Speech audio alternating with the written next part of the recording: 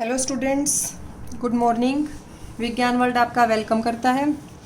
तो आज की वीडियो में हम करेंगे पादपों में समन्वय। ह्यूमन बींग्स में, इसमें मनुष्यों में हो गया था आपका तंत्रिका तंत्र हो गया था, मस्तिष्क की संरचना हो गई थी। तो आज करेंगे पादपों में समन्वय। तो पादपों में समन्वय के साथ हम उसमें पढ़ेंगे वृद्धि। तो वृद्धि से ही समन्वय उनके बारे में पता चलेगा। और जो पादपों में हार्मोन हैं वो आएंगे, हार्मोन भी समन्वय स्थापित करते हैं। तो स्टूडेंट्स, मैं आपको बता दूं कि पादपों में दो प्रकार की वृद्धि होती है। दो प्रकार की गतियां होती हैं। एक होती हैं वृद्धि आश्रित गति और एक होती है वृद्धि मुक्त। कि ऐसी गतियां जिसमें वृद्धि हो रही हो, जैसे भाई नया नया आपने बीज बोया है तो वो अंकुर फूट के आ रहा है, तो उसमें पेड़ की पौधे की वृद्धि हो रही है, तो वो वृद्धि वाली गति है। ऐसी गतियों को बोलते हैं अनुवर्तन गति। और जो वृद्धि मुक्त गति है, भाई वृद्धि नहीं हो रही, उस गति को कहेंगे अनुकुंचन गति। तो ये जो वृद्धि वाली गति है, ये दिशिक गति होती है कि एक दिशा में है, कि जमीन में आपने बोया तो वो ऊपर की ओर आ रहा है फूट के, ऊपर की दिशा में, तो वो दिशिक गतियाँ होती हैं, किसी पर्टिकुलर दिशा में होंगी। ये अदिशिक गति है, इनमें दिशा नहीं होती, इनमें तत्काल अनुक्रिया होती है, भाई फटाफट हो जाएगा जो कुछ भी होना है। ठीक है, ज़्यादा इंतजार नहीं करना पड़ता। जैसे इसमें उदाहरण अगर आप लेंगे तो इसमें आएगा उदाहरण छुई मुई का पौधा। तो छुई मुई के पौधे के बारे में सब ने सुना होगा। इसमें क्या होता है, जैसे ही आप इसको टच करोगे तो इसकी पत्तियां जो हैं मुरझा जाती हैं एकदम से, स्पर्श से गति हो रही है इसमें। तो उद्दीपन जैसे ही मिलेगा ना, उद्दीपन मतलब पर्यावरण में कोई भी बदलाव, टच करना भी छूना भी एक उद्दीपन है। तो उद्दीपन से तत्काल अनुक्रिया आएगी कि फटाफट हो रही है, रिस्पॉन्स बहुत जल्दी आ गया। तो छुई मुई का जो पौधा है वो इसका एक उदाहरण है पादपों में समन्वय का। तो स्टूडेंट्स, छुई मुई के पौधे में किस प्रकार गति हो रही है, जैसे हमने मनुष्यों में तो किया था, तंत्रिका तंत्र कार्य करता है, कैसे वो पेशियों में बदलाव आ जाता है, उनकी संरचना में, उनके आकार आकृति में पेशियों में बदलाव कैसे आता है, क्योंकि उनमें प्रोटीन होते हैं, प्रोटीन की संरचना में बदलाव आएगा। लेकिन जंतुओं में तो वो सब हैं, और पादपों में ऐसा कोई ना तो पेशी है ना कोई प्रोटीन है, तो वो कैसे अपने अंदर करेंगी। तो आप इसमें एक चीज़ देखेंगे कि छुई मुई के पौधे को आप जिस जगह छुएंगे, मान लो यहाँ छुया, यहाँ अनुक्रिया नहीं होगी, अनुक्रिया किसी दूसरी जगह जाके हो रही है, किसी दूसरी जगह जाके रिस्पॉन्स आएगा। इसका मतलब संदेश तो यहाँ पे भी चल रहा है। तो यहाँ पे संदेश चलने के लिए विद्युत रसायन साधन का इस्तेमाल यहाँ पे भी होगा, कि उनकी मनुष्यों की तरह या जीव जंतुओं की तरह विद्युत रसायन साधन का इस्तेमाल होता है। और जो इनकी संरचना बदलती है कि भाई वो सिकुड़गी, फैलगी, सिकुड़गी, वो बदलती है जल की मात्रा के हिसाब से। मैंने आपको बताया था, जैसे प्रकाश संश्लेषण वाले टॉपिक में बताया था कि भाई वो होती हैं आपकी द्वार कोशिकाएं होती हैं, और स्ट्रोमेटा खुलता और बंद होता है।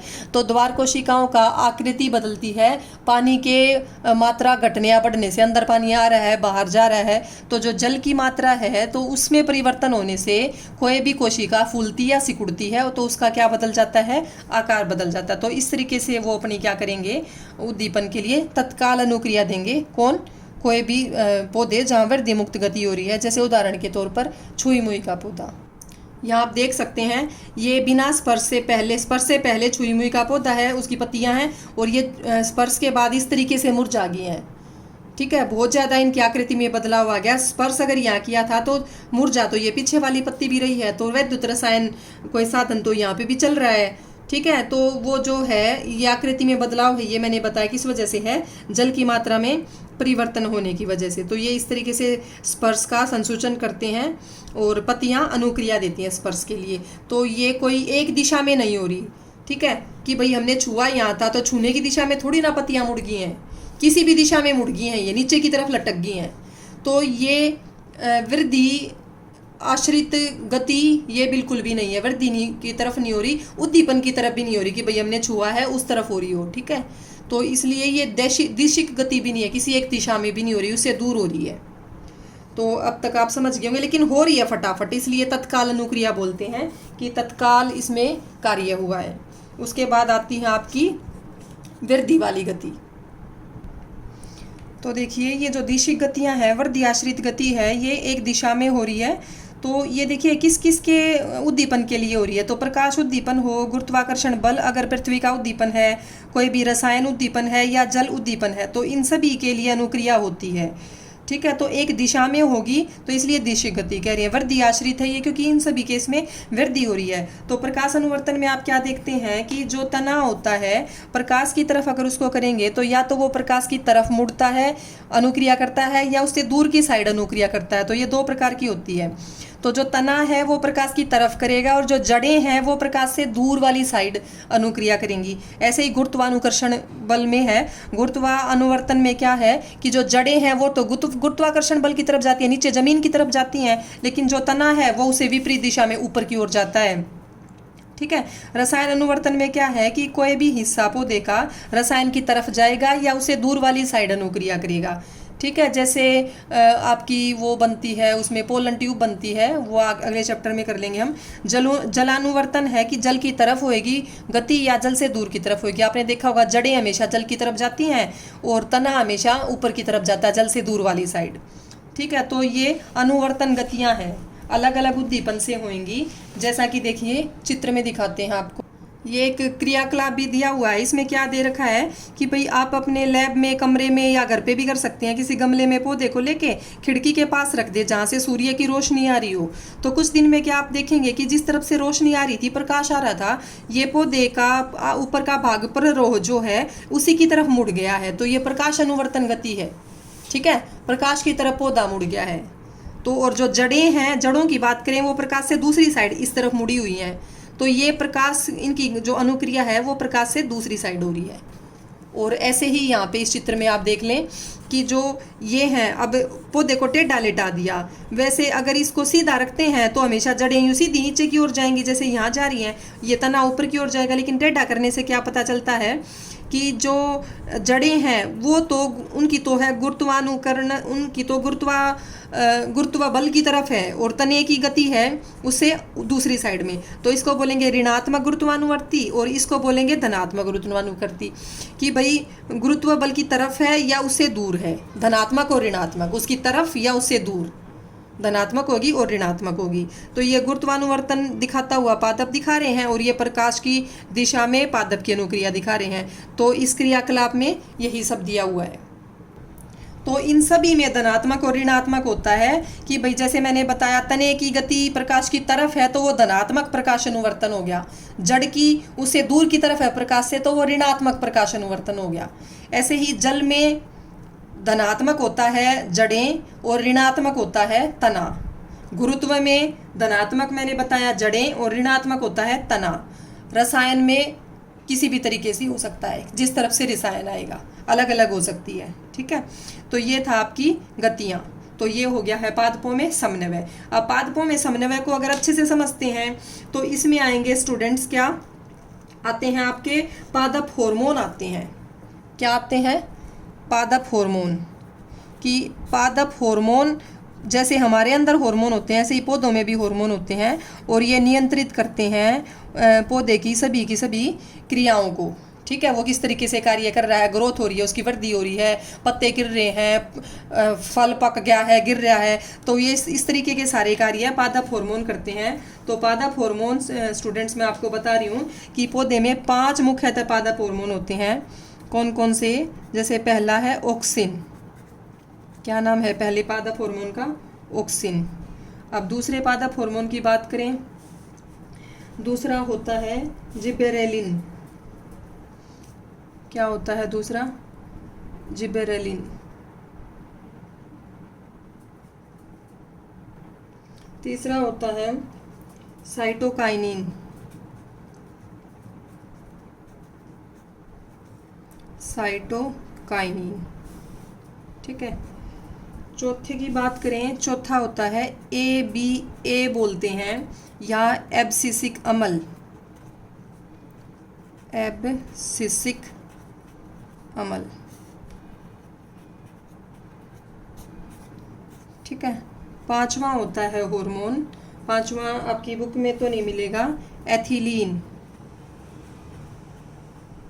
तो ये 5 मुख्यतः पादप हार्मोन हैं। तो आपको इन सब के कार्य करने हैं। तो सबसे पहले मैं आपको बताऊं ऑक्सिन का। तो ऑक्सिन एक सबसे बड़ा वृद्धि करने वाला हार्मोन है, तने की वृद्धि करता है ऑक्सिन।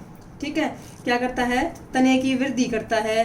पौधे की जो गतियां हैं किस तरफ हो रही है मैंने अभी बताई, जो प्रकाश अनुवर्तन गति है और ये सब, उनको भी नियंत्रित करता है। और जो पत्तियां वत्तियां गिर जाती हैं उनको गिरने से रोकता है, वृद्धि करता है मतलब एक तरीके से। ठीक है, अब जो जिबेरेलिन की बात करें तो जिबेरेलिन भी वृद्धि करने वाला हार्मोन है। ये भी वृद्धि करता है, पत्तियों का आकार बढ़ाता है, तने में भी वृद्धि करता है, फलों का निर्माण करता है। तो इस तरीके की जो वृद्धि है वो भी कौन करता है, जिबेरेलिन। दोनों वृद्धि वाले हार्मोन है।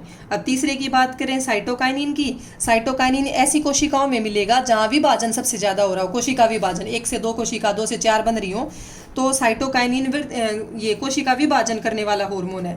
जैसे फल हो गए, फलों में फटाफट नए फ्रूट बन रहे हैं तो बीज बन रहे हैं, तो बीज में और फलों में सबसे ज़्यादा पाया जाता है साइटोकाइनिन, सबसे ज़्यादा सांद्रता होती है, क्योंकि ये क्या कर रहा है, कोशिका विभाजन, और वो ऐसे अंग हैं जो नए नए बन रहे हैं।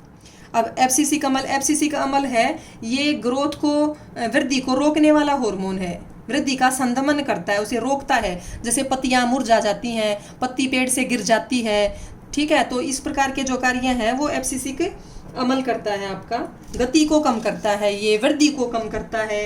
ठीक है, और जो पत्तियां, वो बताया था मैंने आपको, पत्ती पंखुड़ियों से खुल रही है, बंद हो रही है, वो सब बंद करेगा ये। ठीक है, तो ये हो गया वृद्धि को रोकने वाला हार्मोन है। फिर है एथिलीन। एथिलीन हार्मोन का कार्य होता है क्या, जो ये है आपके फ्रूट हैं उनको, फलों को पकाने का कार्य होता है, वो है एथिलीन का कार्य। ठीक है, तो ये थे आपके पादप हार्मोन, और पादप हार्मोन के ये थे आपके कार्य। तो ये हमारा टॉपिक कंप्लीट हो गया है। बस अब इसमें कुछ प्रश्न उत्तर बचे हुए हैं। ये देखिए प्रश्न उत्तर, पहला क्या है, पादप हार्मोन क्या है। तो पादप हार्मोन आप क्या बताएंगे, ये हार्मोन क्या होते हैं। पादप हार्मोन ऐसे रसायन होते हैं जो पौधे में बनते हैं किसी एक जगह, और पौधे में होने वाले जो बहुत सारे वृद्धि के और अलग अलग क्रियाएं हैं उनको नियंत्रित करते हैं। ऐसे रासायनिक पदार्थ हैं जो पौधे की वृद्धि और अनेक क्रियाओं को नियंत्रित करते हैं, और ये 5 प्रकार के होते हैं जैसा कि मैंने अभी बताया। अब उसके बाद है छुई मुई पादप की पत्तियों की गति प्रकाश की और पररोह की गति से किस प्रकार भिन्न है। अब देखिए छुई मुई में तो जो पत्तियों की गति है वो उसकी उद्दीपन की दिशा में नहीं होती, ठीक है, उसे किसी भी दिशा में हो सकती है, लेकिन प्रकाश की ओर जो पररोह की गति है वो उसी की दिशा में होगी, प्रकाश की दिशा में। ठीक है, एक तो ये फर्क है। और एक इसको करने वाला हार्मोन है ऑक्सिन। इसको करने वाला इस तरीके से कोई हार्मोन नहीं है, वो पानी में जल की मात्रा के हिसाब से कोशिकाएं अपना आकार बदल लेती हैं, लेकिन यहाँ पे वृद्धि हो रही है, इसमें वृद्धि नहीं हो रही। तो वृद्धि जो हो रही है वो ऑक्सिन की वजह से हो रही है, ऑक्सिन हार्मोन कार्य कर रहा है यहाँ पे। ठीक है, कौन कर रहा है, ऑक्सिन हार्मोन कार्य कर रहा है। अगला प्रश्न है कि एक पादप हार्मोन का उदाहरण दीजिए जो वृद्धि को बढ़ाता है। तो स्टूडेंट्स ऑक्सिन भी और जिब्रेलिन भी दोनों वृद्धि को बढ़ाते हैं। ठीक है, अगला है किसी सहारे के चारों ओर एक प्रतान की वृद्धि में ऑक्सिन किस प्रकार सहायक है। तो देखिए सहारा होता है कि भाई जैसे आप घर पे बेल चढ़ा देते हो तो प्रतान उसी को बोलते हैं, बेल, कोई मान लो बेल चढ़ गई, कोई टेंड्रिल है, तो प्रतान की बेल की वृद्धि हो रही है किसी सहारे के चारों ओर, तो उसमें ऑक्सिन का क्या रोल है। तो देखिए स्टूडेंट्स उसमें ऑक्सिन का काफ़ी बड़ा रोल है कि ये मान लो कोई सहारा है और इस सहारे पे ये कोई ऐसे ऐसे ऐसे ऐसे प्रतान चढ़ रहा है, तो मैं आपको बता दूं कि इस सहारे पे मान लो इसको दोबारा बड़ा करके बना लें हम, प्रतान अगर इस पे चढ़ रहा है, ये प्रतान हो गया, तो इसकी तरफ गति होएगी, इसकी प्रतान की तरफ। ठीक है, तो आप देख रहे हो मान लो ये सहारा है और इस पे ये प्रतान चढ़ रहा है, तो ये प्रतान चढ़ रहा है इस पे, तो जो ये हिस्सा है ये हिस्सा ज़्यादा वृद्धि नहीं करता बल्कि इसकी ज़्यादा होती है, क्योंकि मुड़ता तो ये है ना, तो वृद्धि इस इधर वाले की ज़्यादा होगी। तो मान लो इस तरफ अगर सहारा है तो जो ये वाली साइड होती है ना, इस साइड इसकी प्रतान की जो ये वाली साइड है वहाँ पे ऑक्सिन हार्मोन ज़्यादा होता है। कौन सा हार्मोन ज़्यादा होता है वहाँ, ऑक्सिन। दूसरी वाली साइड, सहारे से दूसरी तरफ वाली साइड प्रतान में ऑक्सिन हार्मोन ज़्यादा होता है और उसी तरफ से वृद्धि होती है।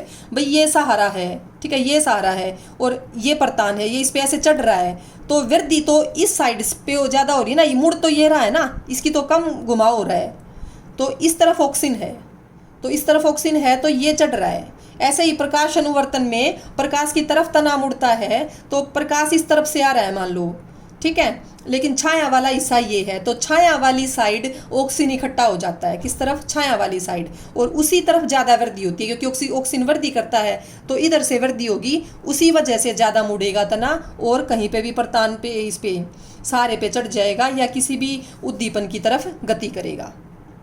तो हमारा आखिरी प्रश्न आ गया इसमें, जल अनुवर्तन दर्शाने के लिए एक प्रयोग की अभी कल्पना कीजिए कि भाई जल अनुवर्तन आप दिखा रहे हैं, मान लो कोई भी पौधा ले लो आप, ठीक है, गमले में लगा लो या ज़मीन में लगा लो, तो ये कह रहे हैं जल अनुवर्तन उसकी जड़ें दिखाएंगी, जड़ें जो हैं जल की तरफ चाहती हैं, तो आप उसमें एक कोने से पानी डाल दो, एक कोने से पानी डाल दोगे तो जिस तरफ से पानी डालोगे ना जड़ें उसी तरफ मुड़ी हुई दिखाई देंगी, अगर आप उसको कुछ दिन के बाद निकाल के भी देखेंगे तो इस तरीके का कोई भी प्रयोग आप करके दिखा सकते हैं। तो ये था स्टूडेंट्स हमारा पादपों में समन्वय कंप्लीट हुआ। सिर्फ एक टॉपिक बचा हमारा इस चैप्टर में, जंतुओं में हार्मोन, जो कि हम अगली वीडियो में कवर करेंगे। और अगर आपको ये वीडियो पसंद आई है तो हमेशा की तरह मैं यही कहूँगी, इसे लाइक शेयर सब्सक्राइब जरूर करें ताकि मैं मोटिवेट होती रहूँ और आपके सारे सिलेबस को जल्दी से जल्दी कवर करूँ।